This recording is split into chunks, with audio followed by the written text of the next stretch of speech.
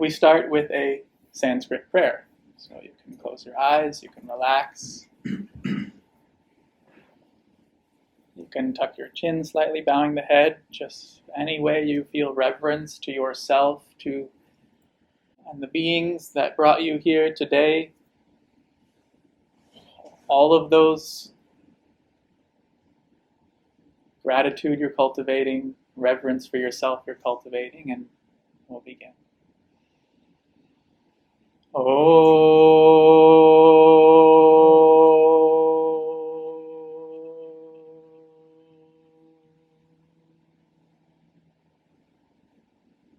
Guru Brahma,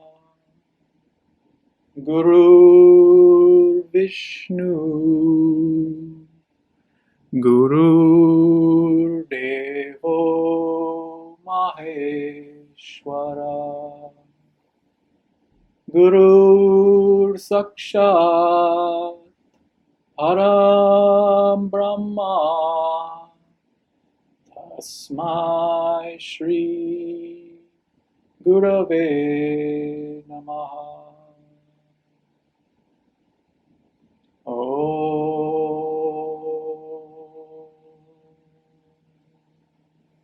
Shri Ganeshaya Namah. Om Aim Saraswatye Namah.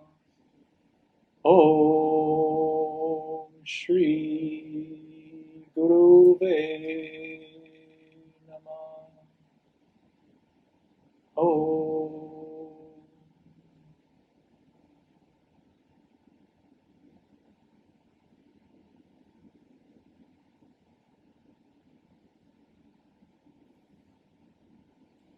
Om Purnamada Purnamidam Purnat Purnamudachyate Purnasya Purnamadaya Purnameva Vashishyate. Om Shanti Shanti Shanti.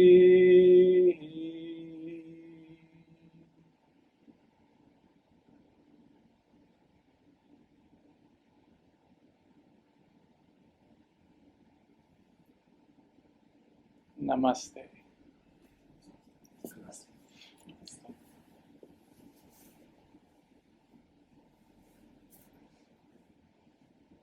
We all had to employ our bodies and minds to get here, so salute you for showing up to Satsang, the most vital aspect of your sadhana, your spiritual practice. It shows one thing, and that is that you care. You care deeply. You care very deeply. That's why you found yourself here. This is not something that you wish to just believe. This is something you truly want to understand and incorporate and integrate into your life, and that's why you attend Satsang. Your spiritual community, the community that's gathered around you today, is also a vital aspect for you to maintain. People who look to you, to your highest good, your best self, and they support, they nourish that self. Today's topic, it is the Mandukya Upanishad. Mandukya Upanishad, the Upanishads. The central message of this Upanishad is that age-old question, who am I? This is the most ancient of questions, and the most urgent of questions, and the most important of questions, and the most interesting to us, to you. What is the most interesting thing to you? Is to learn about yourself, to know oneself, to see oneself, to recognize oneself, to realize oneself. This is the most interesting thing to you. And you may not think so. You may say, I like gardening, I like golf, I like different things, I like yoga, In actuality, all these things, even our relationships, are nothing but mirrors to ourselves.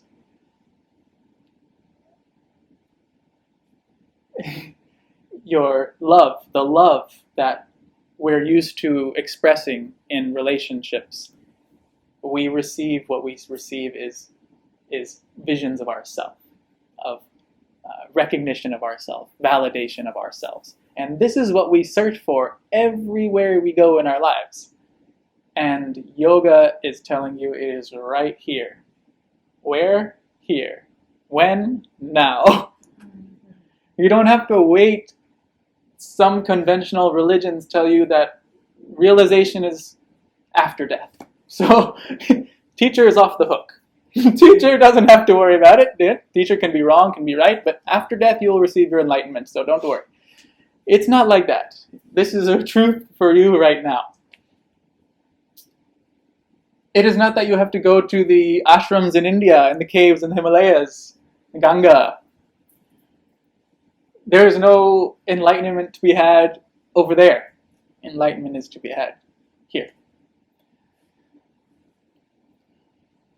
Satsang. Satsang. Satsang. Sat in Sanskrit means existence. You may see it in, you may have been familiar with the term Satya, truth, right? Satya is one of the yamas in the Raja Yoga scripture. So Satya is truth, or Satyam is truth. But Sat by itself, S-A-T, is existence. Existence with a capital E. Sangha. So what is this existence? Well, we'll talk about this. What us, I, your truth, the highest truth of you is called Sat. And you bring that all together in a Satsang. Sang means to gather. Sang means to be accompanied by, or Sang means to be in the company with. Truth, wisdom, and like-minded seekers, spiritual aspirants. And this is called Satsang.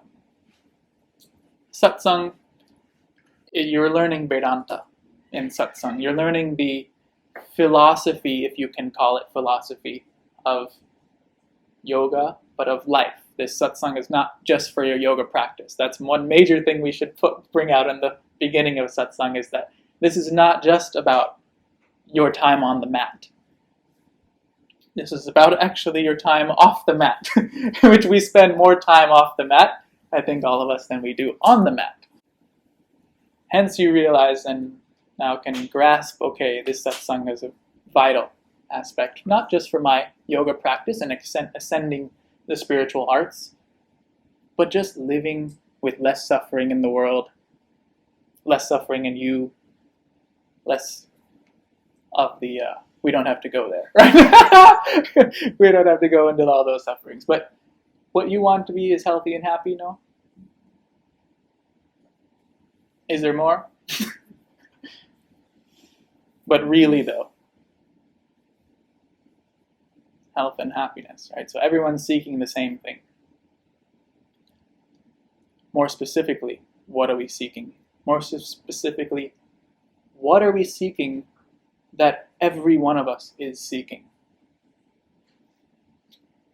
Sat. We all want to exist. We fear death. Why? Because we hold on to this existence. We're so used to this personality and these relationships and existence. To be embodied seems so natural to us. So therefore, all beings long to exist. All beings long to know. We all want to know. Maybe we want to know everything about everyone and everything else except ourselves, but we still want to know.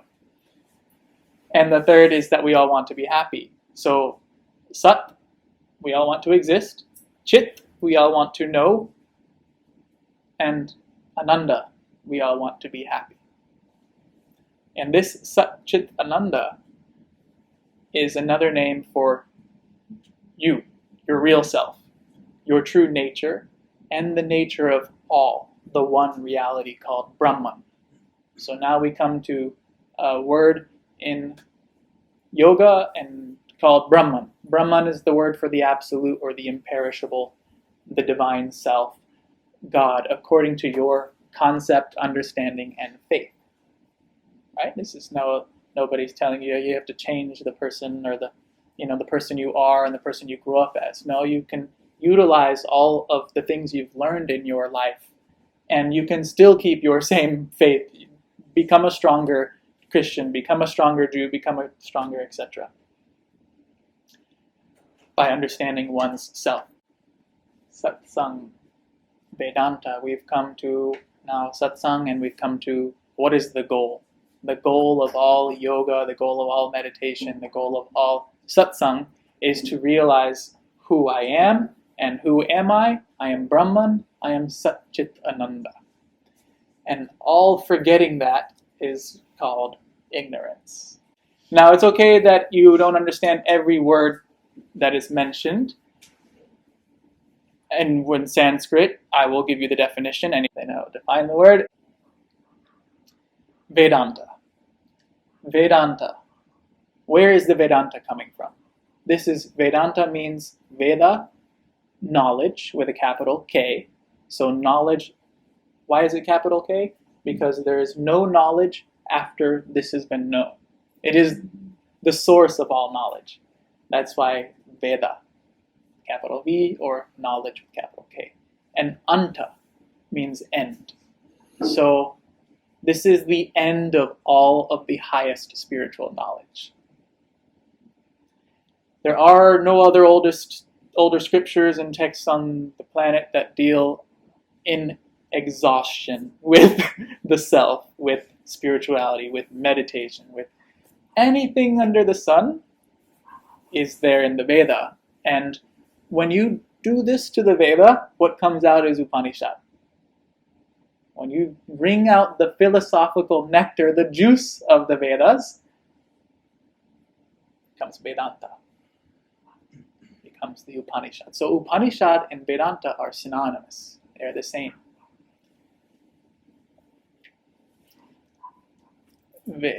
Upanishads, the source of knowledge that is known as Vedanta.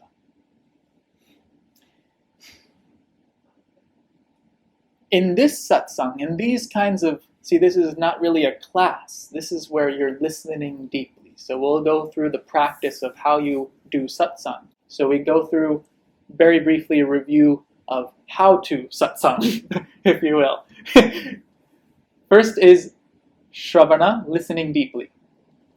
This deep listening is the deep listening that afterwards you're able to repeat what I have said in your own words. You're able to talk to your friend and say, this is what the satsang was about.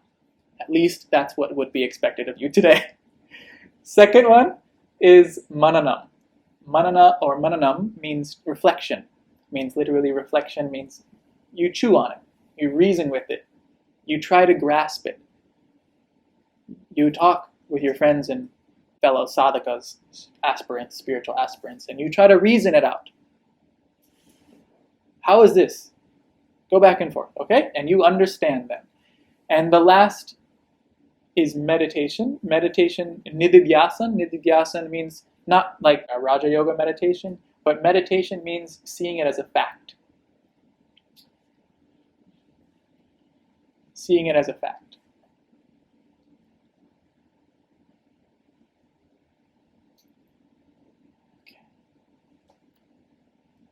Background on Upanishads. Briefly, still setting up the Mandukya Upanishad. You can see how much there's going to be coming out here. So the Vedas are the largest body of literature that exists in the planet.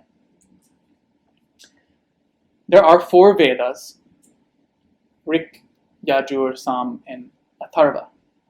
And each deals with 4 subjects, but that's not so important right now. One of those 4 subjects contained within each Veda are the Upanishads.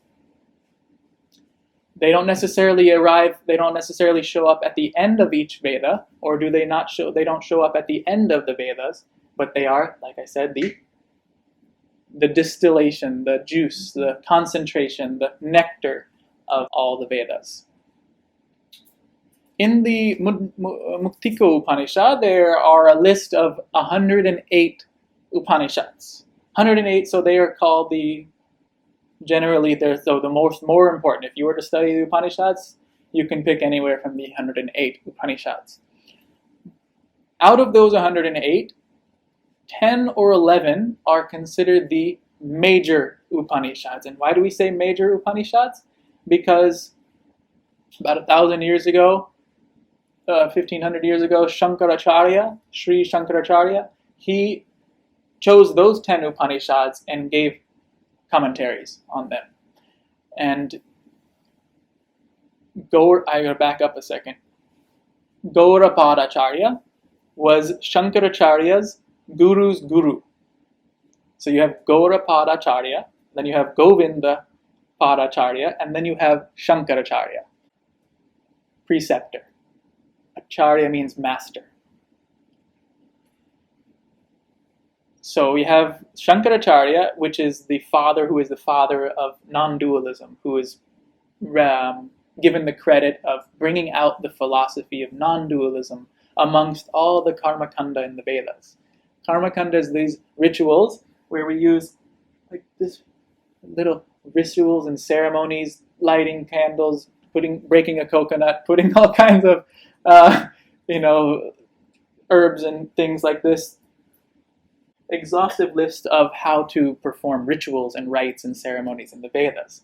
And this is how most of the Vedas were being practiced at this time in Shankaracharya's time. They had lost their essence, they had lost their profound insights, and people started practicing just the little rituals and the ceremony, what you call the occult, practices, the magic and this and that. So Shankaracharya brings out the non-dualism from the Vedas, from the yoga scriptures, meditation scriptures. His guru's guru gave those commentaries on the 10 Upanishads. And then Shankaracharya took the commentaries from Gaurapadacharya and he gave commentaries on those and as well his own commentary. So a triple. You have the scripture, you have the Gaurapadacharya, and then you have Shankaracharya's commentary on this.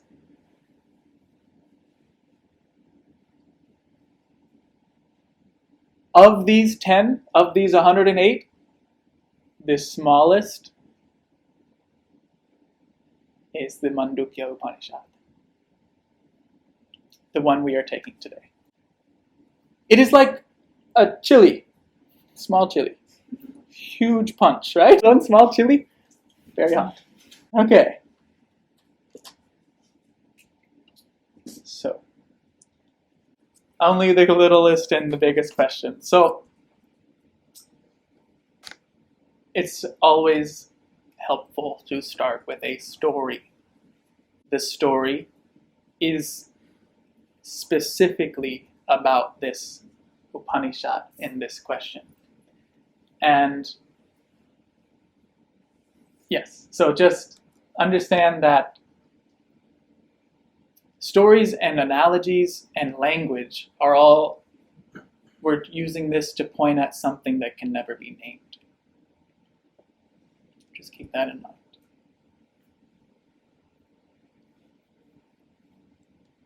The story goes like this.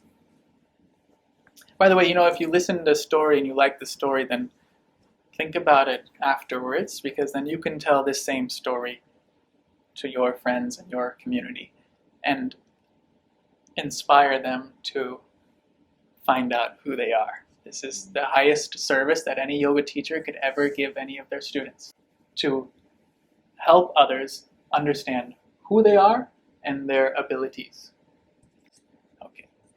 So the story is like this. Janak Raja is a king. Janak is his name.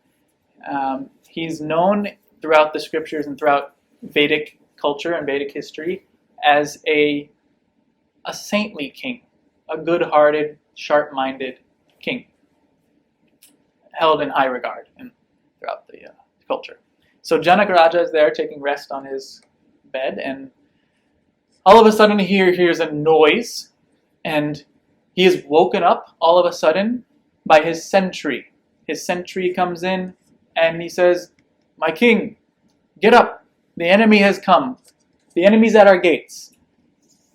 We must fight a battle.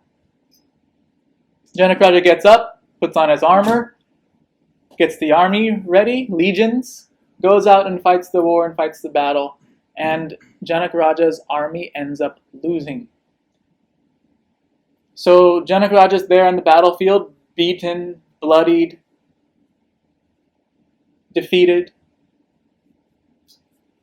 and the king comes, the victorious king now, and says, Janaka-Raja, your kingdom is now my kingdom, so you cannot stay here any longer. You're exiled. So Janaka-Raja starts walking. No more chariot, no more horses, no more sentries, ministers, nothing. So he starts walking out of the kingdom. And as he comes through his own kingdom, he finds people from his own subjects, and he's so bloodied and bruised and beaten, and he asked them for food, and they would not give him food or water. Why? Because they were scared that the new king would punish them for helping him. So not even his own former, people he treated well would help him. You can imagine how, after just losing your kingdom, just losing a battle, war, all your riches, possessions gone, and not even anybody will help you. So you're walking and you go, and Janaka-Raja goes across this kingdom and finds into the next kingdom a line of beggars begging for food. And so he goes and joins this line, and he waits patiently in the line, and when it's time for Janaka-Raja's turn, gets to the person serving the bowl, food is finished. Food is finished. Just then, he looks at the man serving the food, depressed, desperate, and he just looks in the bowl and he asks, can I have this starch water? After rice, you have rice, and just a little bit of starchy rice water is left at the end of the bowl. And Janaka-Raja says, please, please. And so the guy gives him a bowl of this starch water, and he's trembling and he's shaking, putting to his hand, and right then a bird crow knocks it out of his hand and it's in the dust, and he cannot take the water anymore. And he just falls to his knees, and he's completely defeated, completely depressed. And just then he hears a noise. His sentry came in. He says, my king, what's wrong? What's happening? I heard a noise. It was all a dream. It was a nightmare. Janaka-Raja looks at his sentry and says, wo sach, ya ye sach. Hindi for, is that true or is this true? See, Janaka-Raja was a very analytical, sharp intellect king, wise king. So,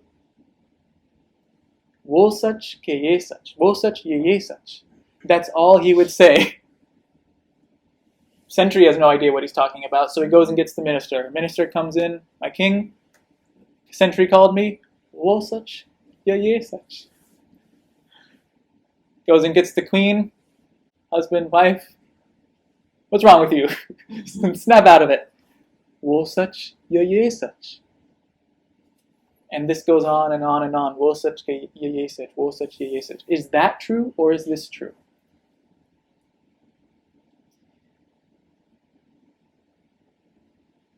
Now, by the next day, this is already getting out to the town.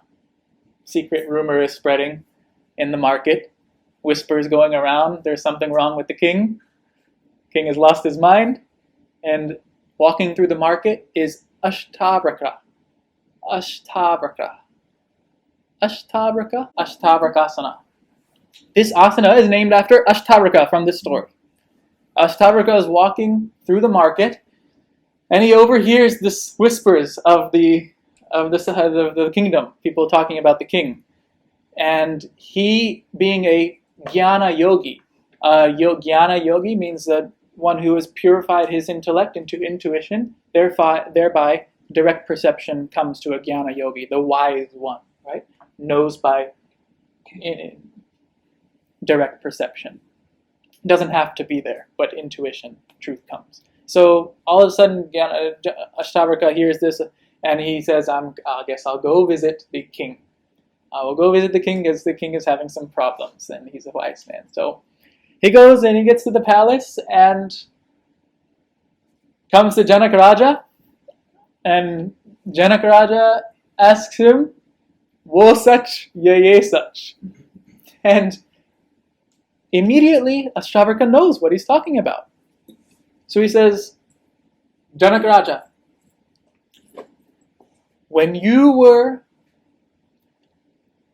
beaten and bloodied, defeated, on the battlefield," and mind you, nobody else knows what he's talking about. All the king, queen, the ministers and the queen and the sentries there, nobody else knows. Only Janaka Raja and Ashtavakra know. When you were beaten and bloodied and defeated on the battlefield, was this here? Was this there? Was your king? Was your kingdom? Was your queen? Was your ministers? Were your riches? Was your power? Was this all there? No. No, that was. And now, Janaka Raja, here with your queen and with your court and your ministers and your palace and your kingdom, was that defeat? Was that battle? Was that defeat? Was that here? Is that here right now? No, it's not here right now. O Janaka Raja, na ye sach, na wo sach.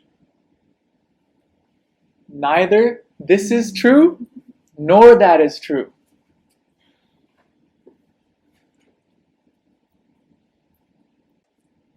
So is nothing true? That should be our next question, right? Is nothing true? Is nothing? Is there just shunya, void? When you were on that battlefield, Janaka Raja, when you were being beaten and bloodied and bruised, granted, you know now it's a dream, but were you there? Yes, I was there. I was experiencing that. We know it's not real, but I saw it. I experienced it. And now, Janaka Raja, here amongst your court and your queen and your ministers, your palace, are you experiencing this? Are you here? Yes, I am experiencing this. I am. To Janaka Raja, na ye sach, na wo sach, tum hi sach. Neither this is true, nor that is true. You alone are the truth. And this is the meaning of the Mandukya Upanishad. The waker. Na ye sach, na wo sach, right? Neither this is true, this waking state, nor that dreaming state was true. So for the waking person, you experience a waking world. Then we have dreamer, right?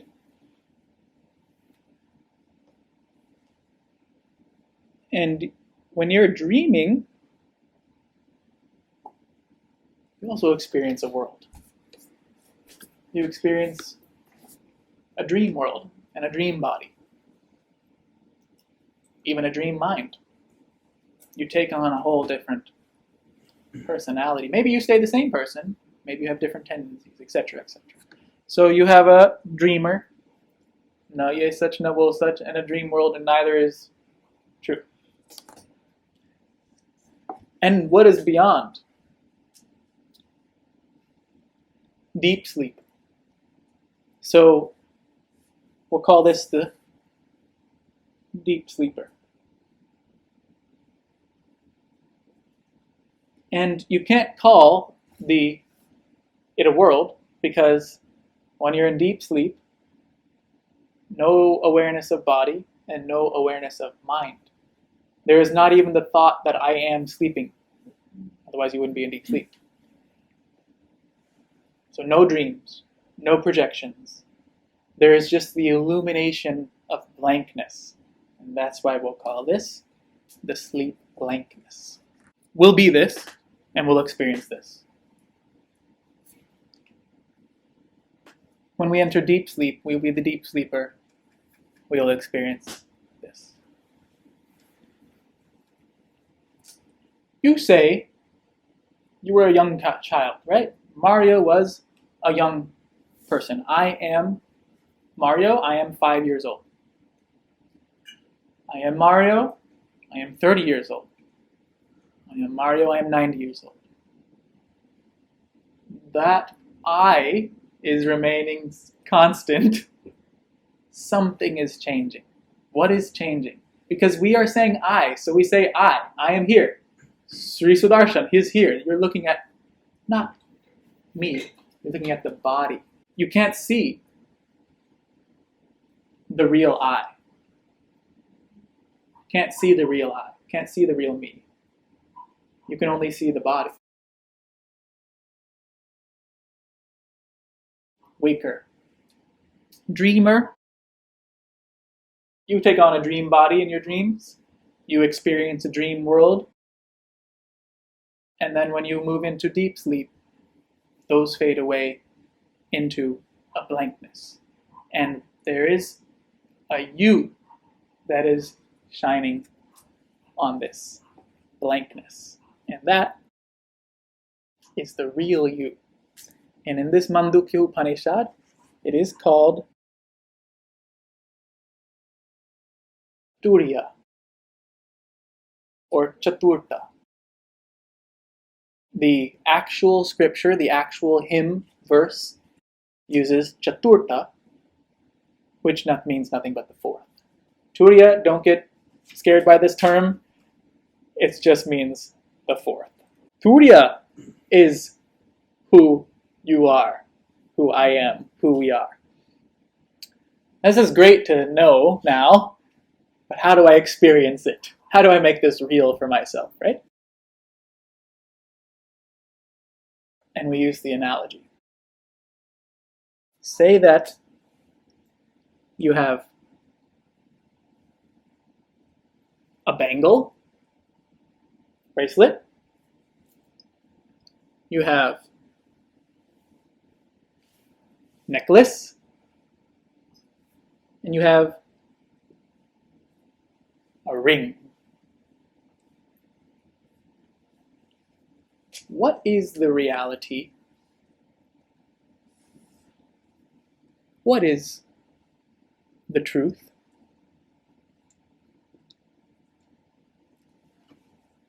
Gold. They are nothing but gold. Gold is the reality of the ornaments known as bangle, necklace, and ring. What does the story tell us? Na ye sach na wo sach, right?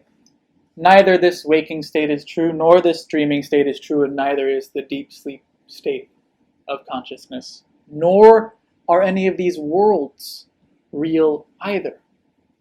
What alone exists is you. You alone are the truth, the Turiya.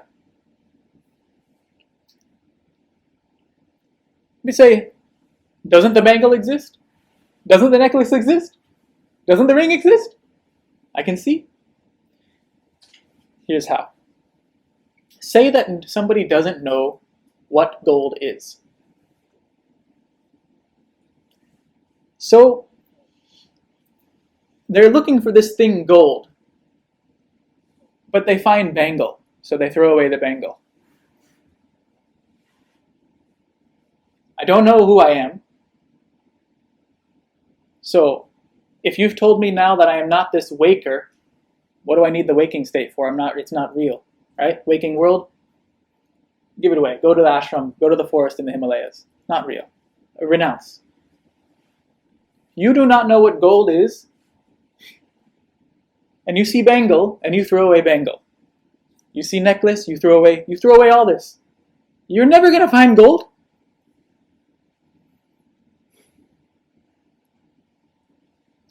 But why is this called Advaita? Why is this called non-duality? Why is this called one reality without a second? In and through all of this is gold. The mantra, the Upanishad, says You have four aspects. This is the first shlokas of the first hymns of the mantra. You have four aspects. Of the four, three are false. Pointing at the one reality. You have four aspects. This has four aspects. If you are to understand, gold is inside the ring. Gold is inside the necklace. Gold is inside the bangle. Gold is not separate from the ring, bangle, and necklace. But gold alone is real. Turiya alone is real. How? Why? You have a bangle, and you melt that bangle down, and you create a necklace. There's no more bangle anymore. But what has survived?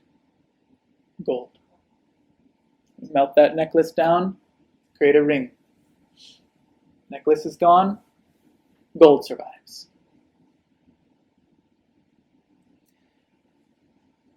This Turiya is illuminating all three states. You are in and through all three states. And you are untouched by all three states. How are you untouched? Gold, separate from ring. Gold survives. Ring, necklace, and bangle are names and forms and functions. A bangle is something you put here, it is called the bangle. A necklace is something you put here, it is called a necklace. A ring is something you put here, it is called a ring. These names, forms, and functions will all change, just like names, forms, and functions all change. Who is real? What is real? Gold. You. Turiya. Turiya is shining through all of these states of consciousness. It is Turiya that is illuminating the waker. And you say, well, who is the waker? Well, it's this body and this mind that we're so used to. The indriyas, karmendriyas, jnanendriyas, the power of speech, the hands, the feet, all of the internal instruments such as ahankara, ego, subconscious, unconscious, conscious mind, etc. Everything you ever wanted to make sense of this world with is here in this waking state, in the waking world. Dreamer, same thing. You take on a dream body and a dream mind, and a dream world is there. And there is something or someone that is illuminating all of it. Because when you wake up, you may have gone to Hawaii, Alaska, and then you wake up here in Miami. And so where did all this Hawaii and Alaska, and where did all the characters in that dream, all the experiences, were nothing but you? And even Vedanta goes much farther and says dreams are made up of nothing but what you have experienced in the waking state. What our minds do is take what we experience here in waking world and waking self, waker, and they make a khichdi with it, and they give it out as dream, projects as dream. In deep sleep, body is there on the bed, no experience of that body, waking body, no experience of a dream body. No experience of the waking mind, no experience of the dreaming mind. But when we wake up, all of us in every culture and every language, there is that, oh, I slept so peacefully, I didn't know a thing. Oh, I slept like a log. Oh, I was out like a light. Every language, every culture has this phrase to describe the sleep blankness. How were you aware of this sleep blankness if there is no body and no mind to experience it? Turiya was shining there the whole time. You were in deep sleep, and when you woke up, it's Turiya again who recalls that blankness. And you say, I don't know. I was asleep. I was deep sleep. Somebody is there, someone, and it is that real you that transcends the body's growth, decay, and death, that transcends the arrival of dreams and the dissolving of dreams, and it is also there shining in deep sleep.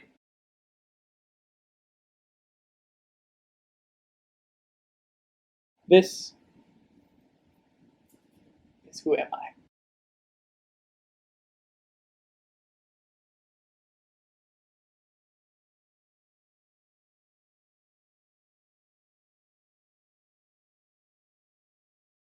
We have a word for this. Consciousness. This is not the consciousness that modern science and modern psychology tells you that is responsible for your waking state, right? Because as we know, waker is ego, is an I, is a knower that is not real, that fades away and dissolves right into the dreamer, and that dreamer fades away and goes right into the deep sleeper, and etc. And this just names, forms, activities keep changing. What is not changing throughout them all is consciousness, absolute consciousness. Brahman, Satchitananda, self, whatever the name is, the word is that you want to describe it, it is the consciousness which is illuminating. Why do we use the analogy light, SKYLIGHT yoga? Light. This light is showing up in the Vedas the most frequent. Light and sky show up the most frequent in the Vedas. That's where SKYLIGHT is.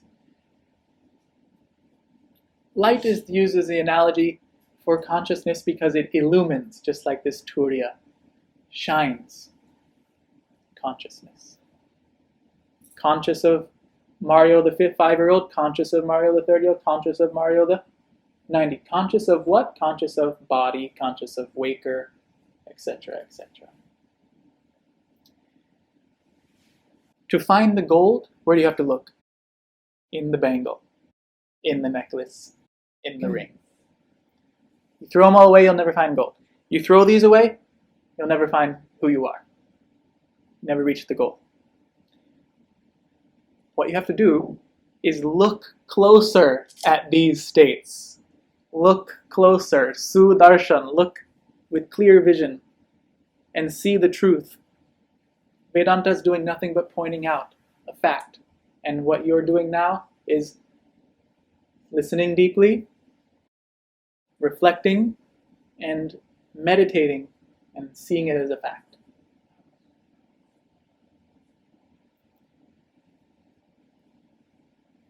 We look, so you have to look deeper into these, more profoundly into these three states. You have 4 aspects, 3 are false, 1 alone is the truth of you, the real you. You don't have to go to sleep to know about the dreams. You have to search for this in the waking state. That's the important point here at the end, is that if you want, we know now that we can't just give these away, because if we give this away, we'll never find gold. We can't just negate dreamer, deep sleeper, and waker. You have to look in and through. Turiya is shining in and through. You are illuminating all 3 states. And that means you don't have to just go to sleep in order to know what dreaming state is like. You don't have to deep sleep in order to, you have to do it in the waking state. Look closer in the waking state at all 3, and you will find Turiya like you did today. With this, we'll conclude.